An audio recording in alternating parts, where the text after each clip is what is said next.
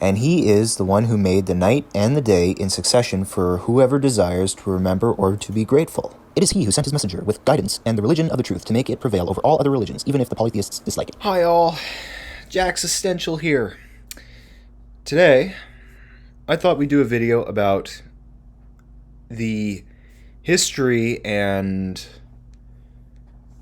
unique challenges, I suppose, of Muslims in the Northern Hemisphere, specifically in the Arctic and subarctic. So, that being said, a good place to start is history of practicing Muslims in Canada. First recorded presence of Muslims in Canada is, of course, dates back to the 1860s when Canada officially became a dominion.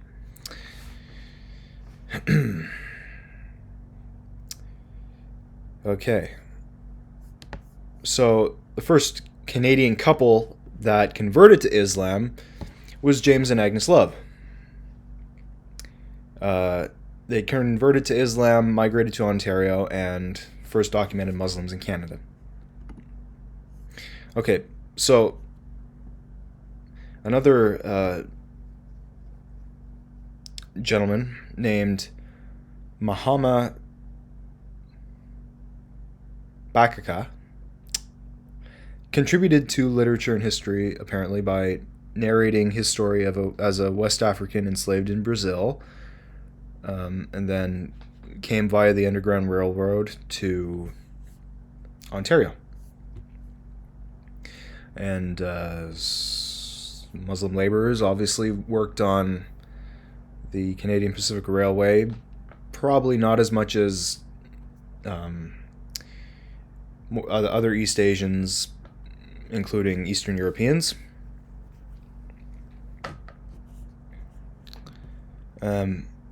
Bedouin Ferran, Peter Baker, enjoyed the Northwest Territories and worked as a fur trader. He published Memoirs of an Arctic Arab, the story of a free trader in northern Canada, 1976. Making a pertinent contribution to literature and politics, Ferran also became one of the first Muslims to be elected to public office.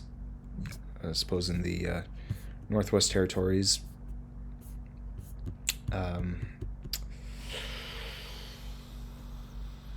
legislature, because they don't believe they have a premiership in the Northwest Territories. I should know that as a Canadian. Komagata Maru, a steamship carrying a multi-faith group from Punjab, attempted to challenge immigration policies by coming to Vancouver, BC, but were denied entry. 27 of the passengers were Muslims, while the majority were Sikhs. And this was in 1914, pictured here.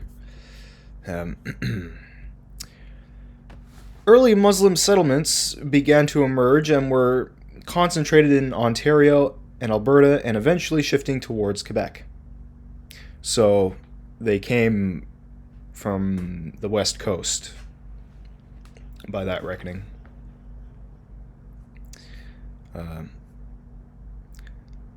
Led by Hilwi Hamdan, the first Canadian mosque, Al Rashid Mosque, was built in Edmonton, where there were reportedly 700 Muslims in the country. When there were, not where there were. That's from the, I guess, records of the Al Rashid Mosque itself in Edmonton. And yeah, there it is. So,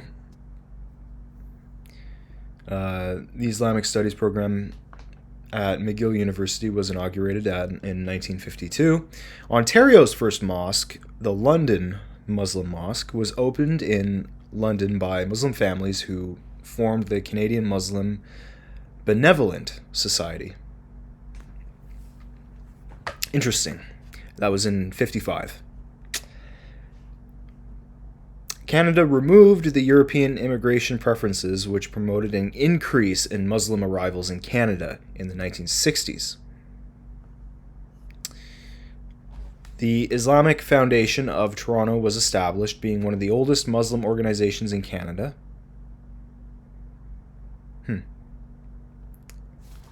But there were, well, whenever that was, it says 69, though, Muslim settlements were like before that. Probably they weren't called organizations before then. Toronto's first mosque, the Bosnian Islamic Center, opened. Muslim Croats from Bosnia and Albanians pushed to establish the center and became its founders in 73. Canada was a significant place of refuge for those fleeing the Lebanon Civil War. Thousands of Lebanese Muslims were resettled in Canada.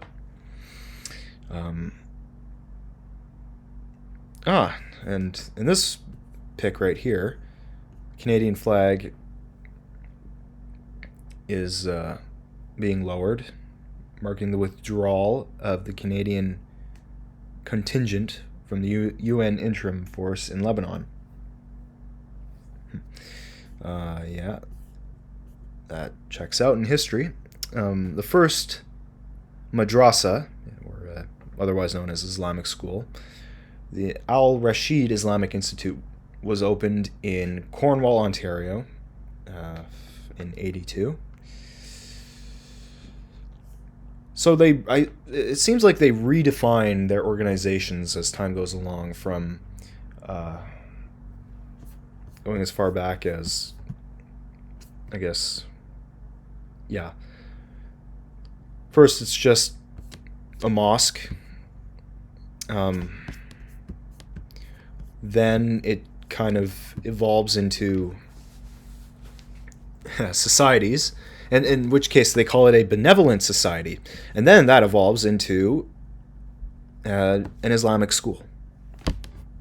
So they had to call it a benevolent society. Yeah, the Canadian Muslim Benevolent Society, then finally just Islamic school.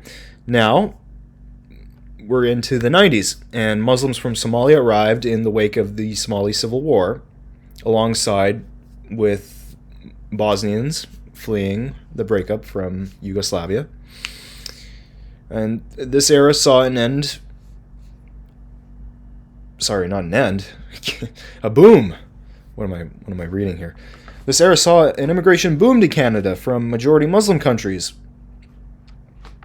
And they promoted the establishment of more Muslim associations and groups to support the newly settled members of society, early 2000s. So, the first mosque in the Canadian Arctic was the Midnight Sun Mosque, officially opened in the Inuvik, Northwest Territories. So, yeah, because for half the year the sun doesn't set in the Arctic. So, we're going to explain later how that sort of interrupts the patterns of Islamic prayer, but it also, to my knowledge, goes against a certain form of verse in the Quran where it mentions that the sun must always go down beneath the throne of Allah. So it'd be interesting to know when exactly the sages of the Islamic world first learned that the sun does not set in the Arctic, and how they at least tried to reconcile that within their scriptures. That's an interesting question that I'll probably reveal at the end, at least some sort of account.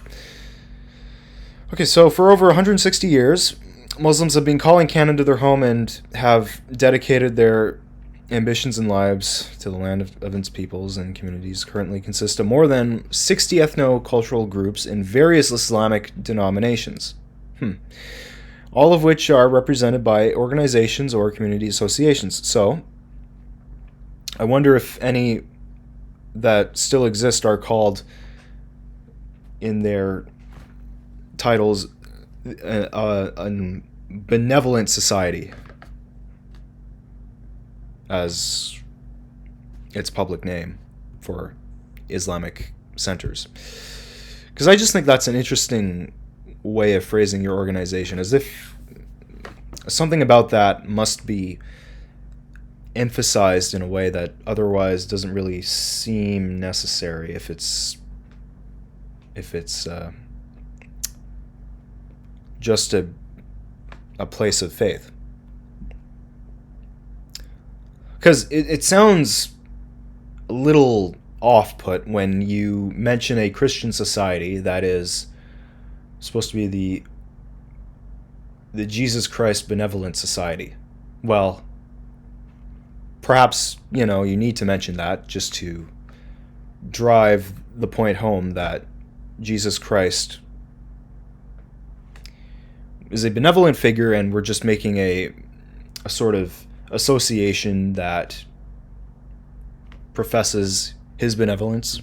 So, therefore, Muslims in Canada were trying to make clear, at least in the 50s, that the Islamic faith is benevolent. So, yeah.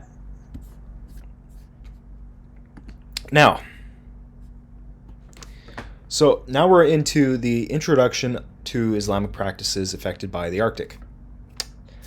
So, as many Muslims know, but many non-Muslims don't know, all Muslims are required to fulfill the 5 pillars of Islam.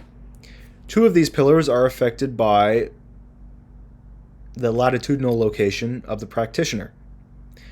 The first is fasting during the month of Ramadan. Now, according to the Quran, Muslims must fast from dawn to sunset during Ramadan. The second relevant pillar of Islam are the 5 daily prayers: Fajr, Duhur, Asr, Maghrib, and Isha. Maghrib and Isha are undertaken at sunset and twilight, respectively.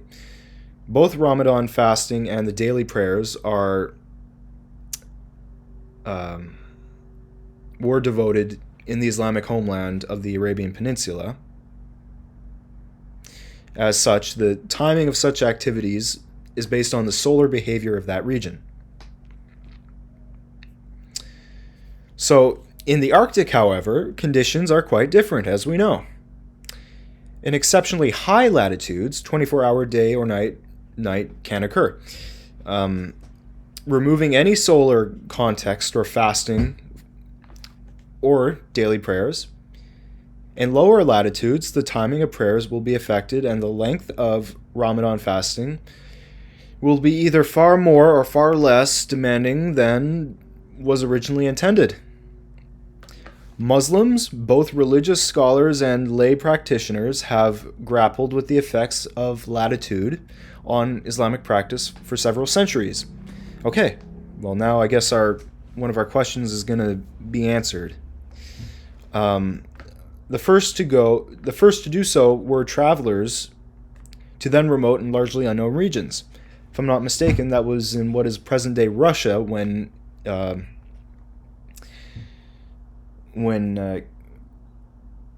Caliphate emissaries were trying to do trade with the Vikings and at least spread the word of Islam and try to convert the Vikings, which eventually did not quite work out. It was effective in some regions of Russia and Central Asia, but first king of Russia had at least a couple ambassadors of Islam, Christianity, and I believe one other, but those were the main 2. Islam and Christianity had their representatives try to appeal to this Slavic ruler, and he chose Christianity because it was the only one that allowed to drink alcohol. It allowed him to drink alcohol. So, at least that's mostly how the legend goes. But I wouldn't want to say that I literally believe that. But anyways, that is how Islam had some interaction in the east of the Arctic, or at least in Eurasia. So in 921, an envoy sent by the Abbasid Caliph left from Baghdad for the lands of the Volga Bulgars, located near modern-day Kazan, Russia. The leader of the Volga Bulgars had recently converted to Islam, and requested assistance from the Caliph in Islamic instruction. So this tribe in Russia did convert to Islam at the time, and there is probably still a good percentage of the population in Kazan that is still Muslim to this day. So, instruction and the construction of a mosque and fortress. So Ibn Fadlan was chosen to be the religious advisor to the Bulgars. While Ibn Fadlan's travel narrative is most famous for its description of a Viking funeral, it also contains an early and fascinating account of prayer times during the White Nights. Now we're getting somewhere with this answer to our question about prayer in the Arctic and the first accounts of Muslims discovering that the sun lasted for darkness for days on end and day for nights on end. And also, by the way, Ibn Fadlan is a character that Hollywood made a movie about based on Michael Crichton's book. Forget the title, but the movie of said character was The 13th Warrior with Antonio Banderas. It's not a particularly profound movie, but it does illustrate at least something like the story. Michael Crichton, the author of the book, took a lot of liberties and tried to adapt Beowulf into this historic account. But the story is essentially Ibn Fadlan getting sort of adopted by the Viking tribes, and how much of that is true, we don't know. But historically speaking, Ibn Fadlan did write an account of the Vikings, and at least how he saw it in that part of the world. So day was breaking. I asked the muezzin, man who calls Muslims to prayer, to which prayer have you called us? The dawn prayer, he said. And the evening prayer? We say it with the sunset prayer. And during the night? The night as you see. The night is as you see. They have been even shorter than now, for already they are beginning to lengthen. So, Ibn Fadlan further writes that in the land of the Bulgars, the days are very long and remain so for a certain part of the year, and the nights are short. Then the nights lengthen and the days shorten. Ibn Fadlan is keenly aware of the difficulty in conforming to Islamic practices in such high latitudes, especially given the novelty of the religion to the Bulgars. Although the Bulgars were new to Islam, their leader was cognizant of the political connotations of the mechanics of Islamic practice. The Bulgar king ordered the muezzin to repeat certain phrases of the call to prayer twice,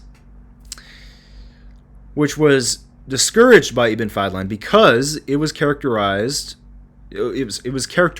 of a rival Islamic legal school, and thus its use by the Bulgar king was seen by Ibn Fadlan to be asserting his independence of the Abbasid Caliphate. Okay. So Ibn Fadlan was trying to have the Bulgar king be subservient to the rules of the caliph at the time, the Abbasid Caliphate, of which Ibn Fadlan was representing. So yeah, he was just as much a politician as, I guess, Hollywood sees him as a pilgrim. So although for Ibn Fadlan the mechanics of Islamic practice were especially important, the importance of the latitudinal challenge declined into a bit of remarkable trivia about the remote and obscure region for later travelers and geographers. In 943, Al-Masudi wrote that, quote, "In the land of the Bulgars, the nights are extremely short during that part of the year. They even say that between nightfall and dawn, a man barely has time to bring his cooking pot to the boil." In 951, Istakari wrote that in the city of the Bulgars, the night there is so short in summer that a man cannot travel more than a farsac. A farsac. That's the word. 3 to 4 miles, or about up to 5 to 6 kilometers. So, in the winter, the day is short and the night long, to the point that the day in winter is like the summer nights. A work by Marwazi from around 1130 contained similar information. 2 centuries later, Al-Umari wrote in Bulgar that in Bulgar, the shortest night lasts 4.5 hours, while a town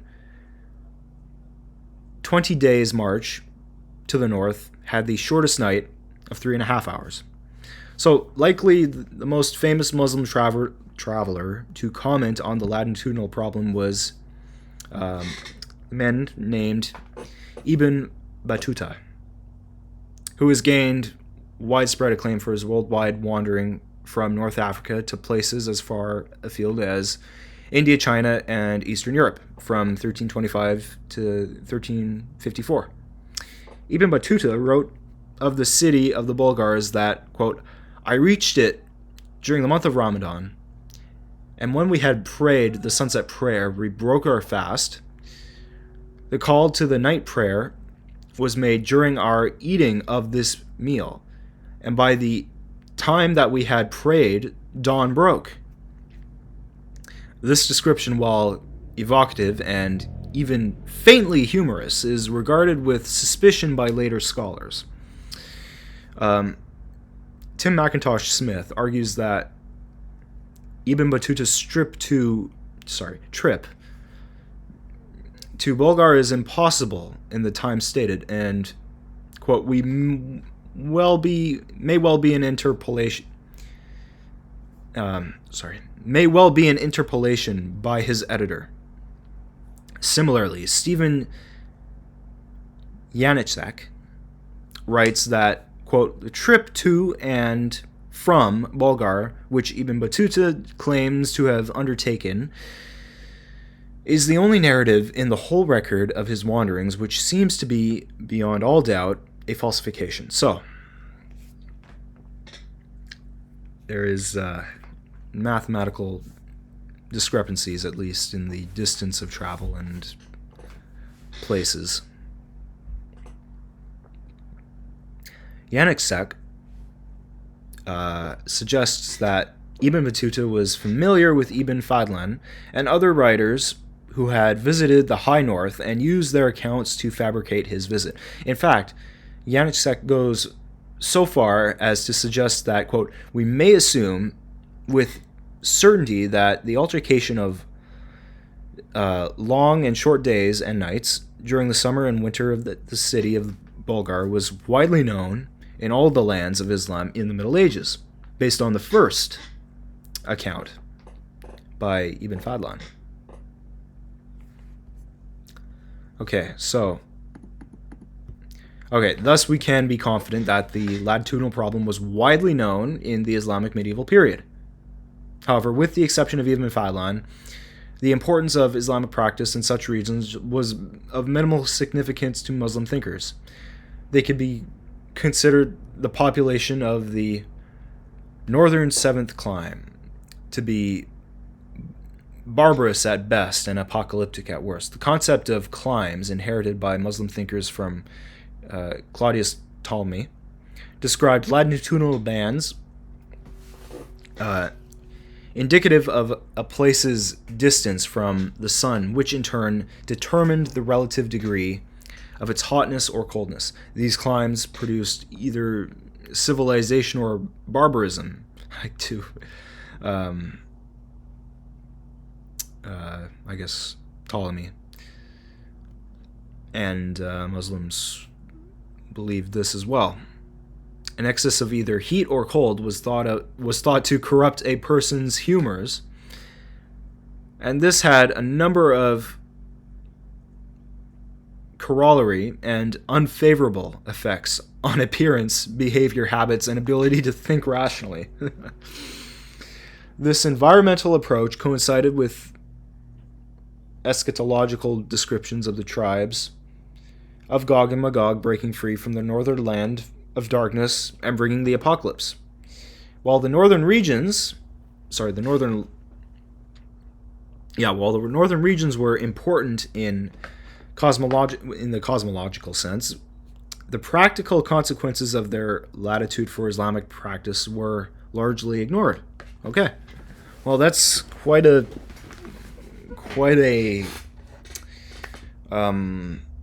happy explanation to my original question. Okay, yeah, so it did have an impact on Islamic theology. So, Muslim scholars from the medieval period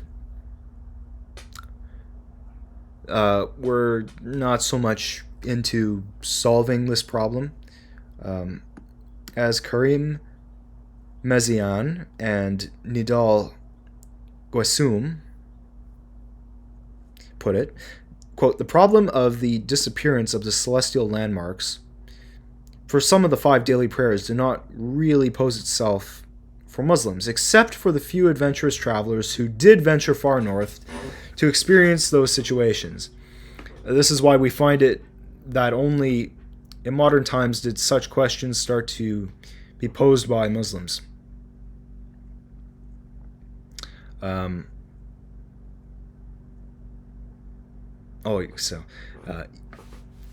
Karim Mazian and Nidal Guessoum are modern scholars. So for regions north of the Arctic Circle, this statement is inaccurate. However, for more southerly areas, such as the former homeland of the Bulgars to modern day Kazan, Russia, the impetus for attempted resolution of the latitudinal problem was not the mere presence of Muslims, but instead legal incorporation of their religious communities into a modern state.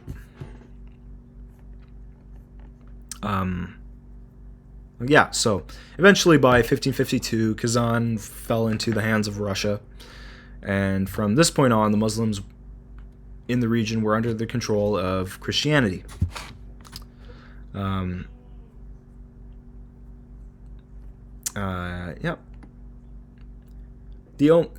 after the conquest, the ulama, became the focal point for the Muslim community. The ulama was composed of religious and legal leaders who were tasked with preserving the Muslim social order. Although Kazan was a conquered region, for the time the Russian government operated at arm's length, peripheral to the quotidian existence of the overwhelming majority of Muslims. This policy of neglect shifted in the mid-1600s to one of persecution to the Muslim minority and attempted conversion. So, That was with the rule of Catherine the Great in the 1760s. Her policy was again changed to one that, quote, tactically provided government sanction for Islamic institutions and explicitly asserted the imperial administration's exclusive right to oversee and regulate those institutions. So, yeah. So, a reformer from the 1770s, born 1776 to 1812, I suppose, Abu Nasr Kursawi operated at that time. And Kursawi argued that, quote, misguidance, or dalala, is widespread, and people should study these matters rather than relying on parents or teachers whose knowledge might be defective. So, not surprisingly, his viewpoint was unpopular with the regional ulama, and Kursawi Kursawi, that is the man, frequently found himself in intellectual conflict, even in physical danger. So, one significance of disagreement between Kursawi and the social order was that the prayer should not be performed during the summer months when the proper solar conditions cannot be met. Kursawi, on the other hand, argued that the prayer must always be performed, and, quote, its timing in summer is a question to be answered through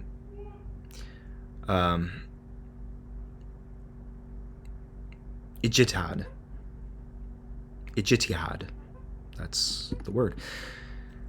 Why was this conflict significant? As Spanaus argues, quote, the controversy thus hinged upon different versions of who can make this determination. A contemporary scholar, individually, or earlier generations of Hanafis collectively, by declaring it a matter of ijtihad. Kursawi implies that he or any qualified scholar has the authority to determine the time. So, yeah, ijtihad is a term that provokes considerable controversy among scholars of Islamic thought. In medieval Islam, ijtihad meant mental exertion by a jurist to discover divine legal principles that were not explicit in the Quran. Many scholars have argued that by around 900, the, quote, gate of ijtihad had been closed, and no further independent legal reasoning was necessary. So this claim about the early end of ijtihad is further complicated by the suggestion that such an occurrence has resulted in Islamic backwardness vis-a-vis the Western world. In the mind of many reformers, quote, the term ijtihad gradually became separated from the field of Islamic law proper, end quote, and, quote, ijtihad became equivalent to progress and rationalism, end quote. The example of Kursawi, among many others, shows that the, quote, gate of ijtihad was never closed in the Islamic world, clearly. So, back to Canada. Modern Muslim migration began in Canada in the early 20th century. So, yeah, it wasn't really big in the mid-1800s, as the Muslim Society of Canada exclaims, or at least in the 1860s. The mid-19th century, Muslim migration to Canada wasn't much of a thing until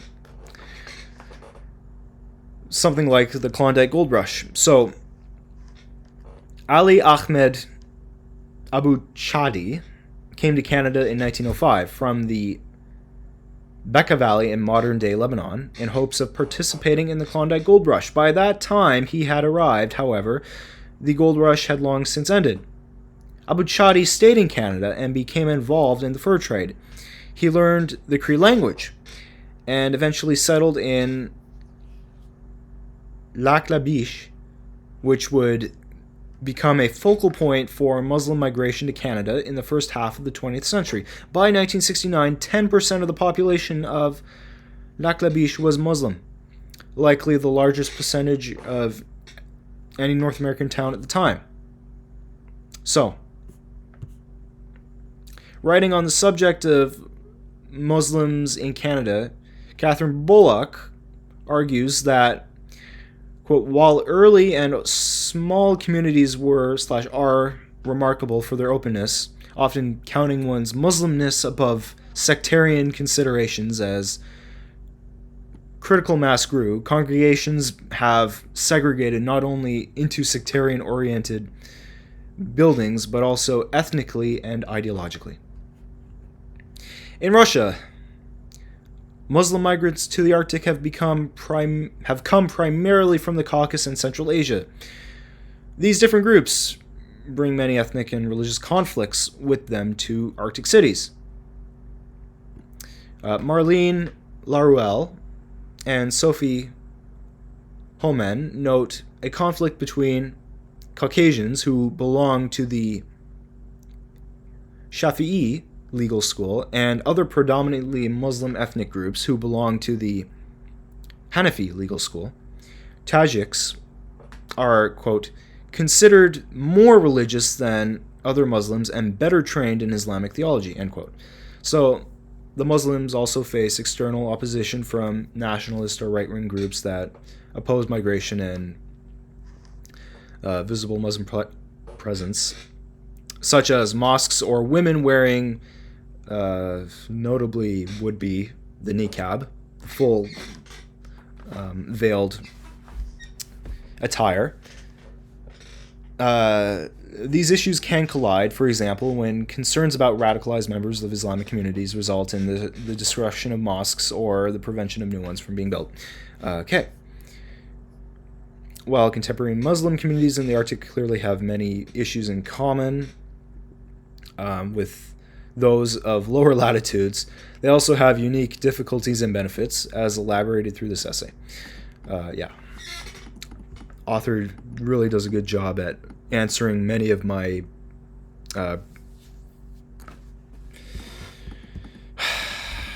questions coming into this video.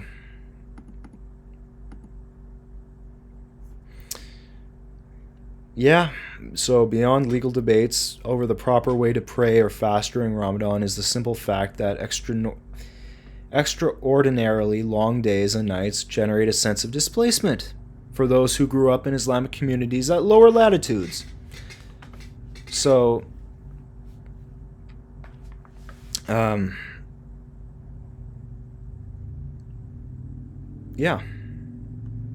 someone named Fadwa El Gwindi speaks of, quote, a unique rhythm that is characteristically Islamic, and a rhythm that expresses and shapes the temporal and spatial worlds, interweaving private and public, secular and religious, ordinary and sacred life and death. The rhythm never leaves the homeland. Muslim communities in the Arctic must deal with the double dissolution of living apart from culturally and climatically Islamic regions. Yeah, so to conclude, same accounts generally throughout history. They probably didn't really want to fix it with, they didn't want to fix their theology behind the days and times of day to pray, along with the calculation of Ramadan in the Arctic, because it was probably just too much of a fuss, and why would they want to go against the will of Allah during that particular day? The author does say that Islam in the Arctic is one of the most challenging, innovative, and dynamic regional components of any universal religion, because Islam is inherently tied to the time, climate, and geographical location of the holy cities in Arabia. Because every Muslim has to pray towards the Kaaba. That's the center of Islam. That is the home promised to Abraham, if I'm not mistaken, and maybe Adam too, but I do not want to make the mistake of confirming that. So if anyone in the comments who happens to stumble across this video knows whose house the Kaaba was, please write below. Otherwise, we could blab on about the difficulties that were already mentioned in this long article, but I'm going to stop it right there because this was a very, very satisfactory answer to one sort of long thought question in my mind as to, you know, what it's like for a Muslim to be in the Arctic, and we have our answer. They feel a sort of disconnect from their brethren in the Near East, Middle East, North Africa, so on and so forth. All right, so I'm Jack Existential. Ta-ta.